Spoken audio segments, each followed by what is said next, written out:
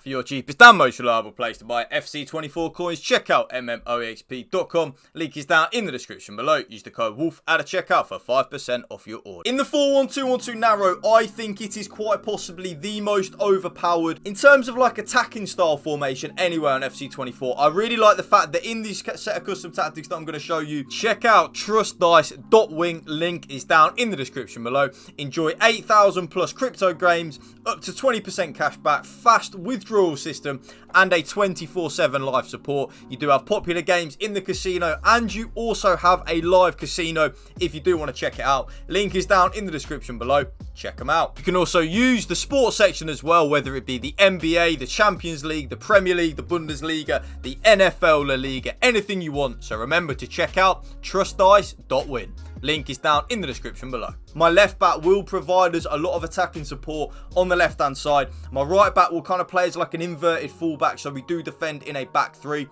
My right central midfielder will have a lot more license to get forward because our right back is staying back while attacking. And then our left central midfielder will kind of just play in that left central midfield position. So you are going to want to use balanced on the defensive style. Like I say in all of my videos, YouTube always have done and always will do now, probably until the end of FC24, because every single patch that EA have done, I feel like they are nerfing the pressure tactics into the ground. Press after possession loss is good, but if you use it from minute one, your players will be dead by half time. Pressure on heavy touch again is also good, but I really do think they have nerfed it a lot on this latest patch. And if you do use it again, like with the press after possession loss from minute one in the game, your players will be absolutely knackered by the time we're even looking at half time, but definitely by the 60th minute. So that's why I much prefer a balanced style where your team presses the ball to the middle of the pitch and your team shape is neutral. I just like that, YouTube. I really do. Now, the defensive width, I've actually said this a lot over my more recent videos since the latest patch dropped this week. If any of you don't know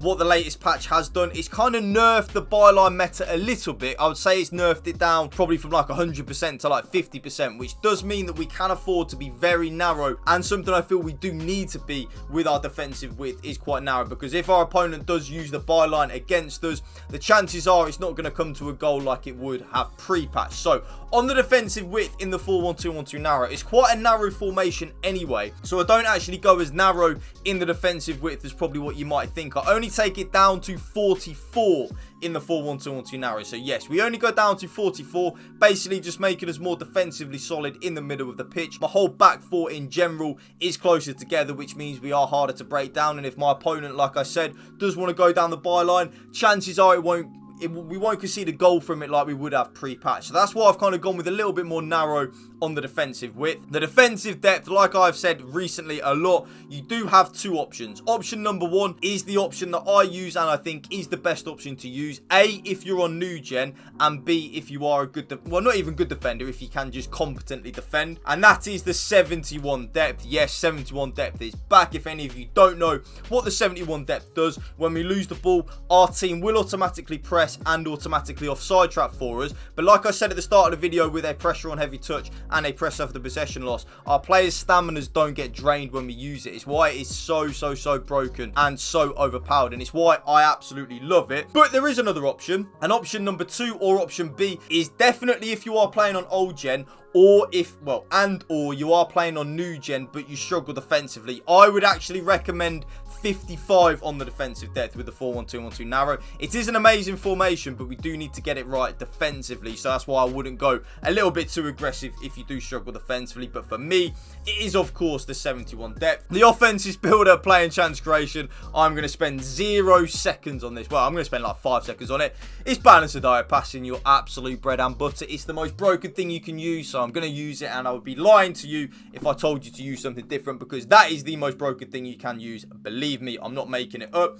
The offensive width, I do actually leave it on 50 in the 4-1-2-1-2 narrow. Yes, I don't touch it. Basically, the 4-1-2-1-2 narrow is a narrow formation anyway, so I don't really feel the need to change the offensive width with that. We do have one of the fullbacks helping us out in the attacking side of the game anyway, so that's why I just leave it on 50. Players in the box though, you know what I'm going to say at this point, YouTube. It is of course 7. The more players that we have in the box, the more likely we are to score a goal. It's very simple when you break it down like that. But if you do struggle defensively, maybe take it down from 7 to 6 or even 6 to 5. But 5 for me, I just like to be a little bit more attack-minded in my custom tactics and the way I play FIFA. So that's why I always go with 7. 2 corners and 2 free kicks like so. Custom tactics done. Let's get into the player instructions. Now, you already know, YouTube, if you've ever watched the Connor Woolf custom tactics video, you know what both my strikers, or at least one of my strikers, is going to be on before you've even pressed on this video. Now, there's 2 key things that I think are the most broken, meta and overpowered things to use on FC24 when you have strikers or a striker. Now, one of them is definitely the one to use, and that is stay central. So I have both my strikers on stay central. The other one is up for a debate. I much prefer having both of my strikers, so my left-sided striker and my right-sided striker. I much prefer having both of them on getting behind as well. So both my left-sided striker and my right-sided striker are on stay central and getting behind, especially because of what we have one of our fullbacks on. I want both my strikers to stay in them central areas of the pitch. I'm not interested in them venturing out wide. I actually need them to be in the middle of the pitch, and the getting behind, I love having both of them on. I want both my strikers making penetrating runs in behind. I totally understand though, especially in a 2-striker formation, if you don't want both strikers on getting behind. If that is you, and I'm talking to you right now, maybe I am, I don't know.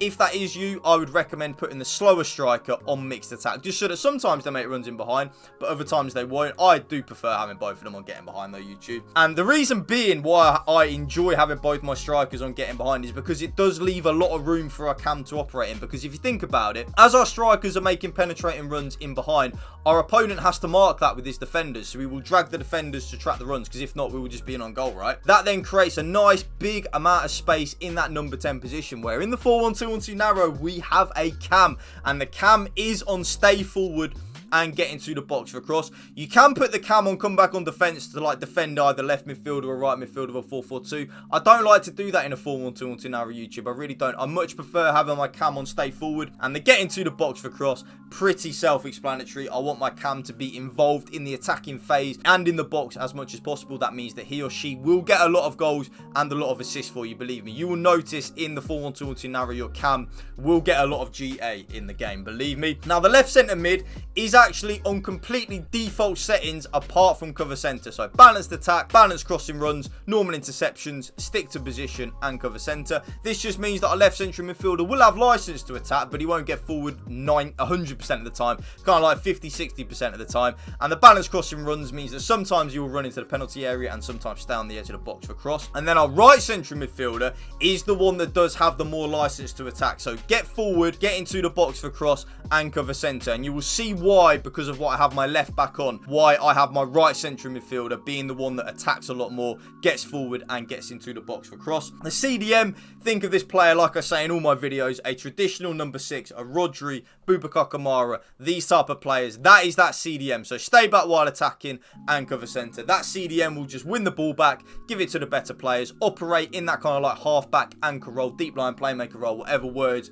fancy word, tactico word you want to use. That is that CDM. Now, the left back is the reason that I have my right central midfielder on get forward and not my left central midfielder. So my left back is the one that is on join the attack and overlap. So as my left back is bombing on down that right hand side, we don't want our left central midfielder bombing on down that left hand side, because then he will just pick up the exact same positions that our left back is picking up and it just wouldn't work. It would just be kind of like pointless to use it. And then our right central midfielder will have a lot more license to get forward, because the left back is the one that is on join the attack and overlap. Both my centre backs are on completely default settings, so stay back while attacking, normal interceptions and stick to position. And then my right back will kind of play like an inverted fullback, so stay back while attacking. And that again is why my right central midfielder is the one that I use to get forward a lot more, because he does have the right back staying back while attacking behind him, which means he can get forward a lot more than he wouldn't if the left back was on join the attack and overlap. You know what I mean? I kind of just confused myself there. But last but not least, goalkeeper comes to crosses and sweeper keeper. That right there is my brand new updated 4-1-2-1-2 narrow custom tactics for you. If you did enjoy this video, you know what to do, YouTube. Drop it a like for me, and if you could hit that subscribe button to my channel, that would mean the world to me. Thank you for watching. Remember, YouTube, spread the love and positivity. PMA, positive male attitude. Peace out. One love.